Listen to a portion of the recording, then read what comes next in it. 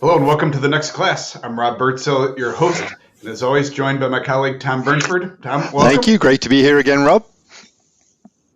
And Tom, you don't look like you're in your usual office. Are you? No, I'm actually in Marseille, France today, at the beginning of the World Congress on Catholic Education, sponsored by the International Office for Catholic Education, with about 500-600 leaders from all around the world of Catholic school education. So, going to be an exciting few days here. Sounds like a better spot to be than where our guest and I are in Chicago today. Yeah, it's 65 degrees and sunny here. Beautiful. Just like Chicago, 27 and gray. So we are joined, as you can see, for those of you that are watching us on our YouTube channel, by Josh Hale, the CEO of Big Shoulders Fund. Josh has been a friend and colleague for going on almost 20 years. When he was at the original Cristo Rey School, working with Father Foley. Many of our listeners have had the pleasure of meeting John Foley a couple times. It should be noted that Josh had more difficulty getting onto this platform than Father Foley did. So, Josh, with that, welcome to the next class. It's great to be on, and I've been following Father Foley for a long time, and not a surprise that even in the area of technology, Father Foley continues to lead. I'm going to go get a lesson from him after this, a tutorial. You got to ask him how to work the machine. How to work the machine. It's in the machine. Anyway, Josh, great to have you. Josh has been a longtime champion of Catholic education, especially urban, inner city Catholic education, and we'll be talking about his views on urban Catholic schools in a bit. But Josh, to begin with, tell our listeners a bit about Big Shoulders, the work you guys do, some of your big wins the past couple of years, and what other cities around the country might learn from what you guys are doing here in Chicago. Well, it's great to be with you, Rob and Tom. Thanks for having me on. I'd much prefer to be with Tom. Absolutely. We're gonna have a state of mind today that we are Marseille, France as well. So if I start talking in French for our listeners, I apologize. It's just an aspirational hope. So Big Shoulders Fund was founded in '86. It was inspired by Cardinal Bernardine, who had a great love for Catholic education, particularly for under-resourced, underserved communities, and saw it as one of the great missions of the church. And he gave a lot of his time and energy toward this mission in recruiting and talking to certainly community and supporters, but also principals and teachers. I've gone back in history and looked at a lot of the speeches and meeting notes, and I just am amazed at how much time a cardinal of his stature both here in the States and internationally, spent on this mission. And I'm also taken by his humility, because when he created Big Shoulders Fund, it wasn't an entity that he sought control of or command of, but one that he sought lay leadership to really take on and to own. And I think that takes a certain amount of certainly humility, but bravery, that giving up control is hard for anything. And he went to people that he really trusted and believed in. And I would say that trust was well placed, that we've never deviated from the mission. It's always been for Catholic schools and for those under-resourced communities. And I think that's kind of the core of what we've been about since 1986. And so as a group of business and civic leaders that jumped in and formed Big Shoulders Fund as an independent nonprofit organization, and at the onset, it was really to raise funds to help, quote unquote, the poor children go to Catholic schools. And the funds were raised and then donated to the Archdiocese, and they gave them to a set of schools that were defined as in the city of Chicago, certain level of poverty, and kind of Title I eligible and participating. Over time, we have evolved in giving directly to schools, and even more so in developing a very close relationship with schools. So school being the principal, the teachers, the students, the families, and other community leaders. And our funding has expanded from primarily scholarship and some CapEx to really programmatic and saying, how do we help ensure that this mission not only continues to enjoy the impact it is providing today, but over a longer time horizon. And that has evolved into us really becoming more of a network of schools writ large that now encompasses Chicago, kind of a new region up in the north, far north suburbs of Waukegan, and then down in Gary, kind of as a new entity. And in a more specific way, when we talk more about it, we've taken on what is effectively local management of this group of schools. And so as we define that network, there's almost many models being created and evolving.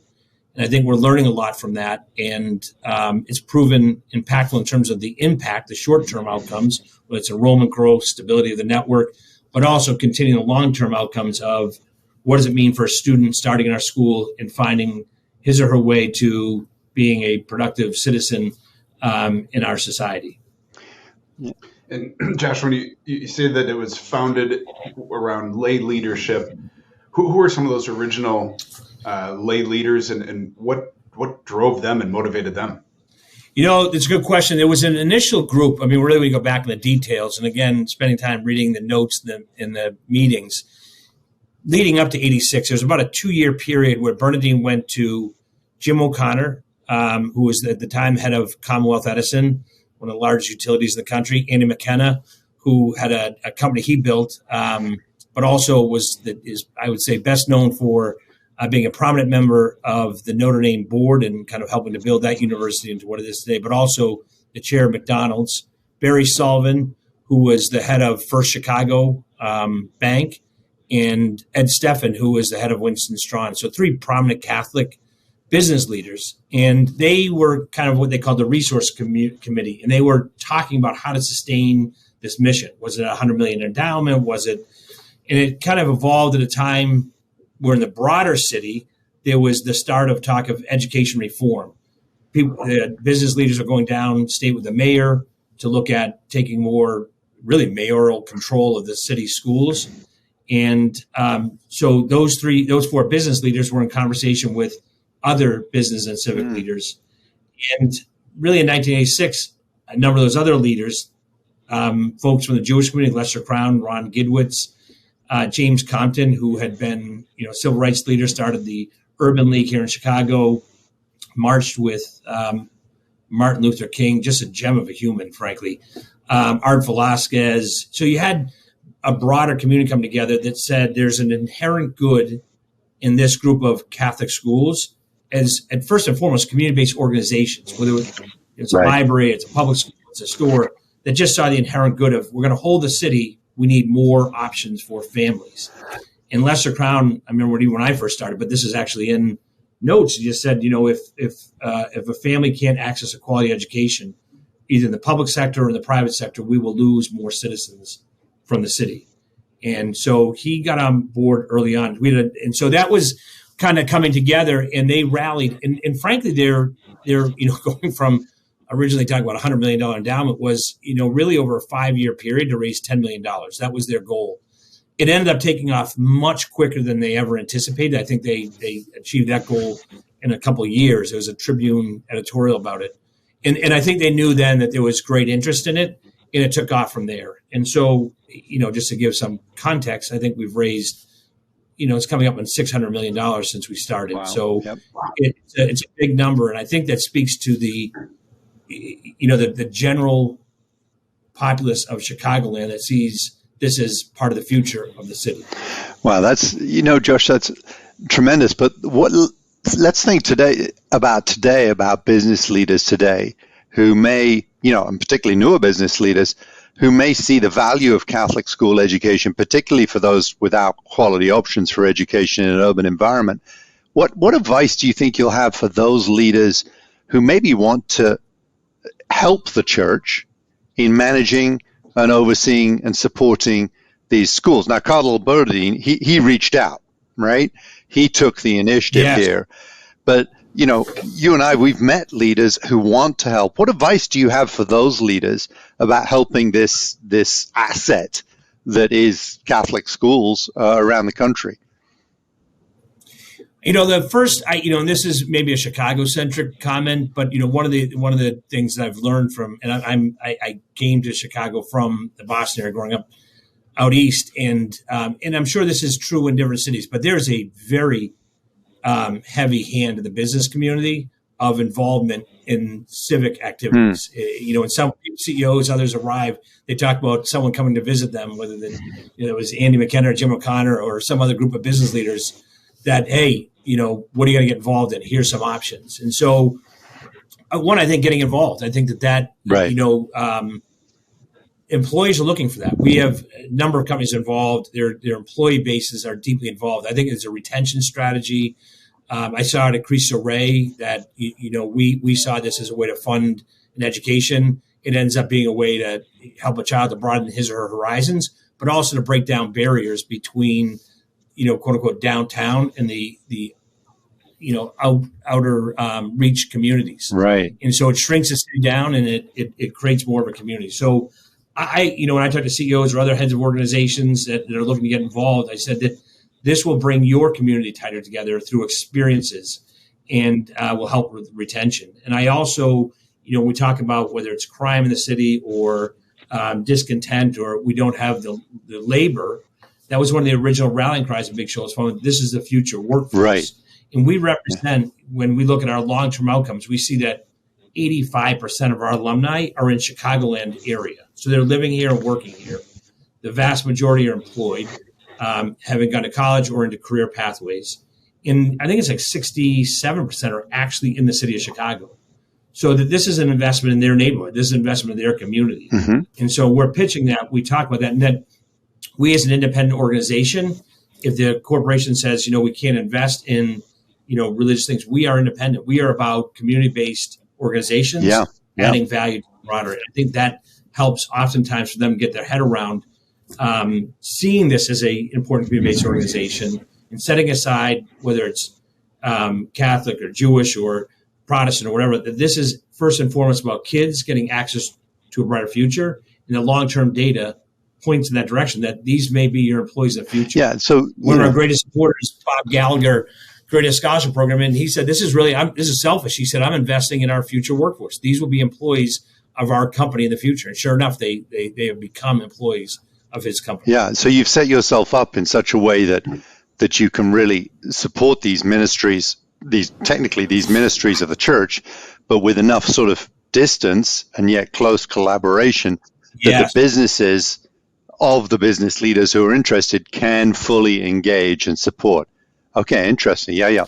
That makes sense. I think that's, going to, we have people who are involved who are Catholic, who are from different faith backgrounds, no faith backgrounds, but also the inherent value. Right. And I think whether they're Catholic or otherwise, people want to, there's certain transparency. They get a Big Shoals Fund, it goes to this mission and this mission only. So there's a direct conduit. And this is ultimately, our partnership with the Archdiocese is that this is their mission. This is their church. This is their, and I'm Catholic, my kids go to Catholic school and I love this mission. You can really see the impact for the future of the church, that by putting these children in a relationship with their faith, whatever background they're coming in from, they know what that faith means and how it can enrich their lives in the future. Right. That may be decided in that seat at that moment, or maybe in 20 years from now or 30 years from now, and they say, hey, that was really important. I need that grounding. I need that faith. Yeah. And so I think that it's about building the future of the church as well. Interesting. Yeah, thank you. Josh, you guys have expanded to Waukegan and Gary. Have there been talks of further national expansion? Oh my goodness! Don't get my board listen to that. I know we're we got our plate full, and there's a and who knows what the future holds in any of this, and we moved into Northwest Indiana because kind of a unique opportunity, and it's a longer story. But this couple wanted to do work and education there, and they saw that Catholics. Frankly, they've been involved in some charter schools and public schools, and there have been some challenges, and so they asked us to look at it, and we ended up doing kind of a 2-year, evaluation of what that might look like. So we gathered data, hired a firm to kind of do some interviews with community leaders and parents and business leaders and others to kind of get a sense for what are the needs in education and how we could add value. And going in there, we were very mindful of that it probably will look different than Big Shoals Fund Chicago because it's a different community, it's a different environment, different structures. And even the way we work with our schools here, while we have certainly taken on a lot more control in terms of managing and working with schools, we still believe that the ultimate decisions should be locally based and not to overstep a line where it becomes, those people's problems far away that, they'll fix it versus locally we own the school. And I saw that my own Catholic schools and my own, even work at Cristo Rey, that locally owned feeling of the community.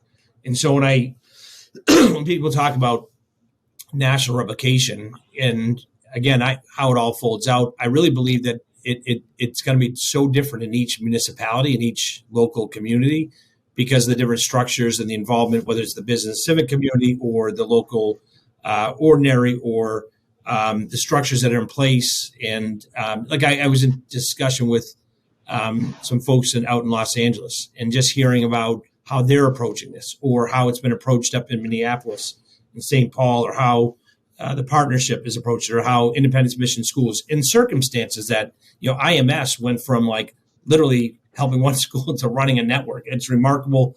I mean, I love what they've done, but it's dramatically different than how we've been structured because of a set of circumstances. And, we didn't wake up one day and say, we're going to run schools and we're going to be in charge. Let's do this.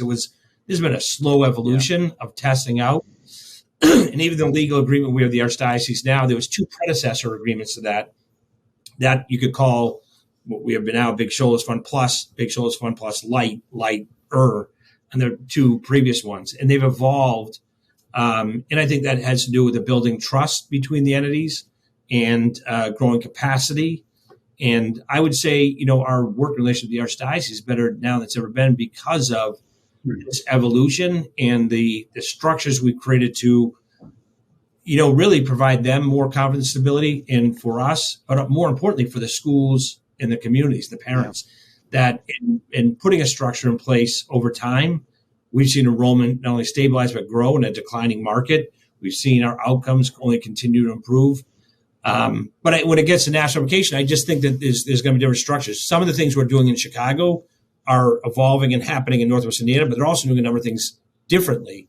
And we want to let that grow. And frankly, the working hypothesis, and even as many times I told myself, was we're not going down with the answer. We're going to learn from them. We're learning a lot from operating there that we're now pulling back from what they call the region, Northwest Indiana, to our operations here in Chicago. And the same thing in Waukegan. Interesting. That's great. So, Josh, shifting a bit from Big Shoulders, what nationally are you seeing, or do you view as some of the greatest challenges facing urban Catholic schools? I think if you getting down to there's a lot of challenges and issues, but I would say the core is more about building a pipeline of teachers and leaders that see a career pathway in this mission. And I think that's saying something, because you know a lot of the challenges, but that's an issue in education writ large. But we have the added challenge of a differential in our financial model to our, call it our public and charter school peers. And so finding ways to build in structures that provide for that career pathway, I think has been critical. And if I could go back in time to the first day I started Big Shoulders Fund to start working on leadership then, we've added a lot in now. So we have kind of a pre-service program where we're talking to people in college, young people about being teachers, and inviting them into supports and opportunities to do internships and the like. And then when they start in our schools, we kind of have a 3-year wraparound services for them to kind of bring them into the fold. So that has everything to do with professional development, coaching, and starting to think about, next steps. So whether it's going back to school or taking on more leadership within the construct of the school. And then we create leadership opportunities for teachers kind of early to mid-career around, you might be a lead teacher for a personal learning community of 5 schools where you're the lead 5th grade teacher, getting people together and looking at data and instruction and video and leading that. Or it might be a lead in our Stattle camp out in Wyoming that you lead the teachers in developing the structures for supporting students and the whole management of the program.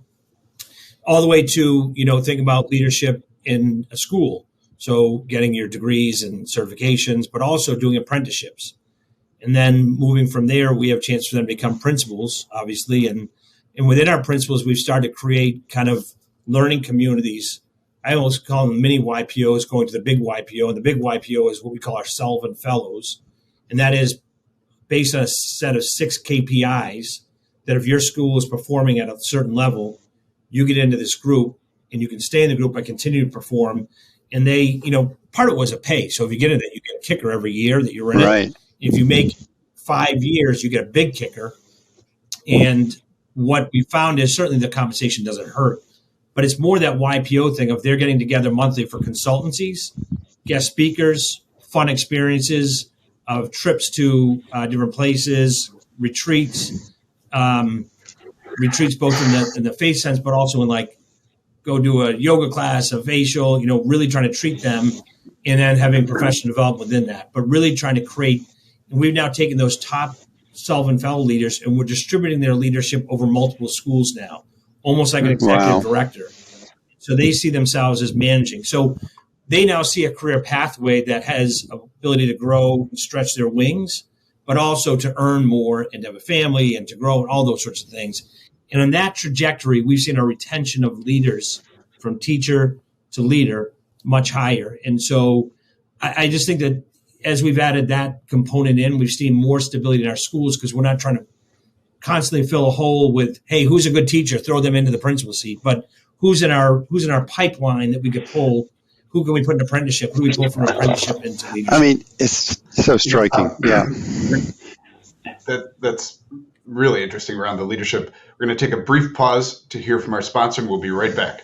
Catholic Virtual is the trusted online education partner of Catholic schools worldwide. We develop customized online learning solutions to meet the needs of our partner schools and their students.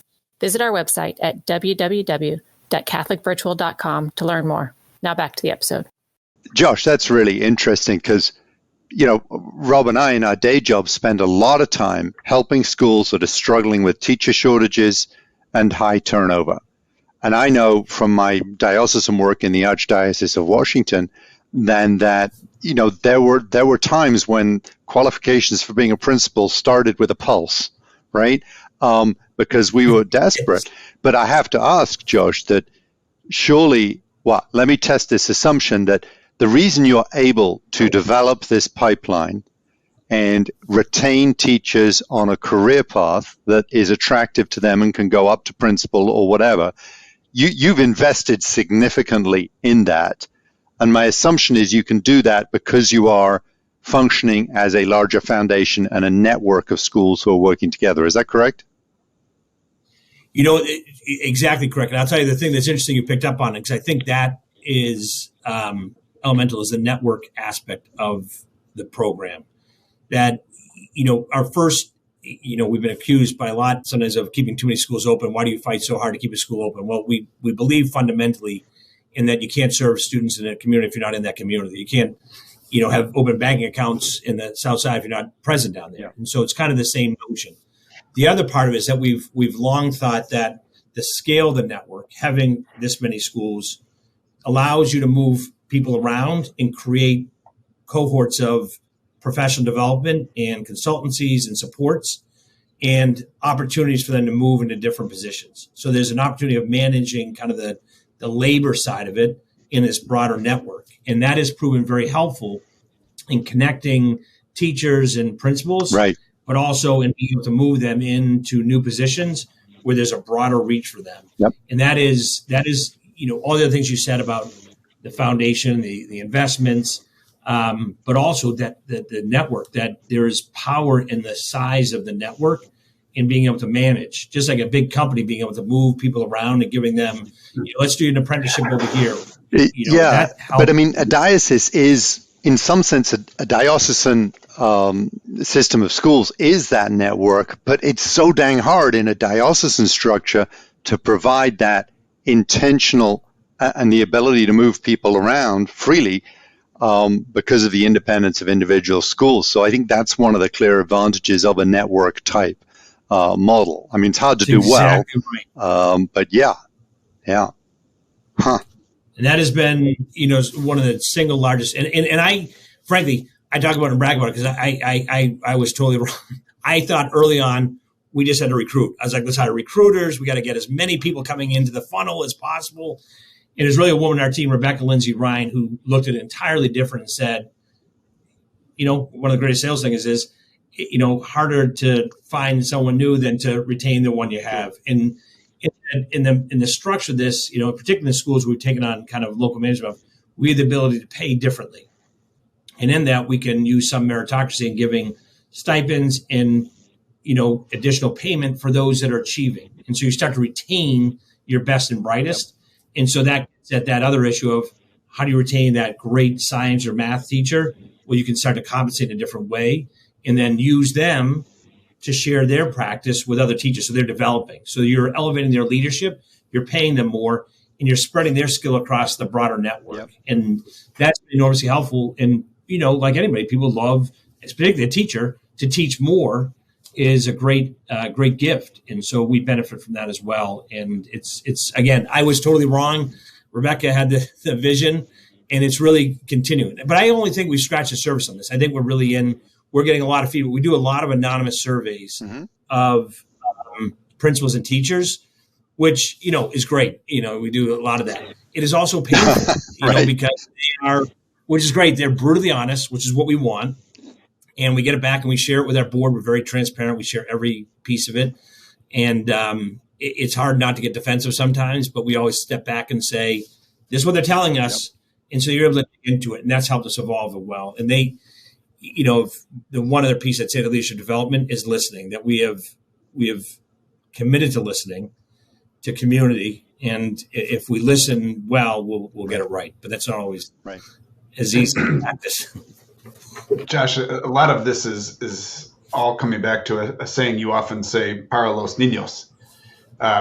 For our non-Spanish speaking listeners, could you share what that means and why has this struck with you? And whenever I've heard you say it, it's such passion and there's so much emotion when you say it. Even in your writing, when I can feel your passion, even when I read your quotes of this. So what is Para los Niños and why so passionate about it? Well, first, I think it goes back to Cristo Rey, working at Cristo Rey and in that community. Those were 5 of the best years of my life to be in a mission, starting a school with people like Father Foley and Press. I go on a list of great leaders. Rob, you being part of it, and Tony and Carl. Go down the list of just phenomenally committed, mission-driven. And Father Foley would often say Para los Niños. So I've stolen it a bit from Father Foley. It's like the technology, right? I'm stealing. I've been following for a long time. But I loved the, so much passion in the language, in that it represented our passion at Cristo Rey, that this is all for the kids. We're not about anything else. There's no politics. There's nothing else about kids. And when I came to Big Shoals Fund, the thing that I recognized very quickly amidst all the different moving parts and elements was that every decision that our board made, which I think is pretty remarkable, was always what's best for kids. I would say community is what's best for kids. And that meant oftentimes extending ourselves and figuring out how to raise money after we made a commitment to keep 10 schools open. I think people always thought we had the money. It was, no, we didn't. We made a commitment and we went out and found it. Now, we've gotten a little bit beyond that now. We're in a much more stable place. But I love that here's a group of business leaders who you could, hard-nosed business leaders, and do we have the money? There was a deep commitment. And Para los Niños is like, if we just keep making decisions, Para los Niños, then we're probably going to end in the right place. And that's not always an easy or comfortable place. And it probably is an irritant at times to others. But I think that is kept us grounded and focused on the right thing, and not about, our own building of some structures that is good for Big Shoals Fund or the Archdiocese, or it would just be easier if we didn't make a decision for the kids, because it's harder usually. It means we have to extend ourselves. And if we really are called to mission, and I even through COVID, in the depths of it, when there are times when I thought, oh my goodness, we are going to have to, do we have the funds to keep this all going? We had just made the commitment to take on those 30 schools initially. And, there's a commitment from the Archdiocese for a fixed amount, but we took on a fixed amount plus the risk. So if they cost more, we were on for it. So, that could have been worse timing. I was brushing at my resume at that point thinking, what have I done? But, the depths of COVID, Hal, our board, I remember sitting on a Zoom and saying to them, here's what the ticket could be. And they had much bigger shoulders than I did, and doubled down and said, "Para los niños, let's do this." And as I always say, they don't get weak knees. They exemplify big shoulders, and that's where I think Para los niños is for me so passionate and almost emotional. Is that if I look at my heroes in this mission, they always make decisions Para los niños, and Father Foley being one of them, Jim O'Connor, John Canning, Sister Maria Brian Costello. The people that really coached me from early on in this, staying focused on what matters. That's tremendous. Yeah, I was going to ask you what a couple of things that you've learned during the pandemic, but it sounds like one of the things that's a remarkable story that your board really, as you said, had big shoulders during that time of commitment and at the same time pandemic. So that's impressive. It was you. Yeah. And even, I look back on it and almost a little bit embarrassed by it. Like, what was I thinking? Why wasn't I kept thinking, how am I going to convince them? How do I, sell them on this? And they didn't bat an eye and just said, sounds like we're going to do this. And, how could we possibly walk away at this time? And straight on. And we continue in that vein. And again, we're in a much better place than we were, when I first arrived. I remember it's like scrapping together nickels to and making a commitment then to go and find the funds. I think that we've built up a level of trust with our community of supporters, transparent data. This is our plans, this is our goals, and our schools, our principals, teachers, and the programs are set up continue to deliver on very strong outcomes. Most importantly for children, that they're going to succeed. Yeah. So, Josh, a lot more gray hair though from that period. I'm sure we all have. Yes. Oh, everybody! How about it? Age about 2 years and 3. Yeah, I mean, even just this podcast, we used to do this over in the Amerigo office. We had a studio where you would come over and we would have done it. Now you're sitting in your office. I'm at home, and Tom's in France. Next time we're ready. Just say the word. Absolutely. Well, next one in France. But Josh, we end every podcast with the same question for all of our guests. And that is, who is your greatest teacher and why? My greatest teacher and why? Gosh, I got a lot of great teachers and why. I mean, I know I'm supposed to give one. Right? So my parents, and the example they gave of faith, and I always say praxis and action, that not about pews, but about being out. But I also say Sister Geraldine from high school was unbelievable. And, I probably needed more attention than most students. And she never gave up on me. Imagine that. Yeah, you can. Yeah, I don't even want to remember.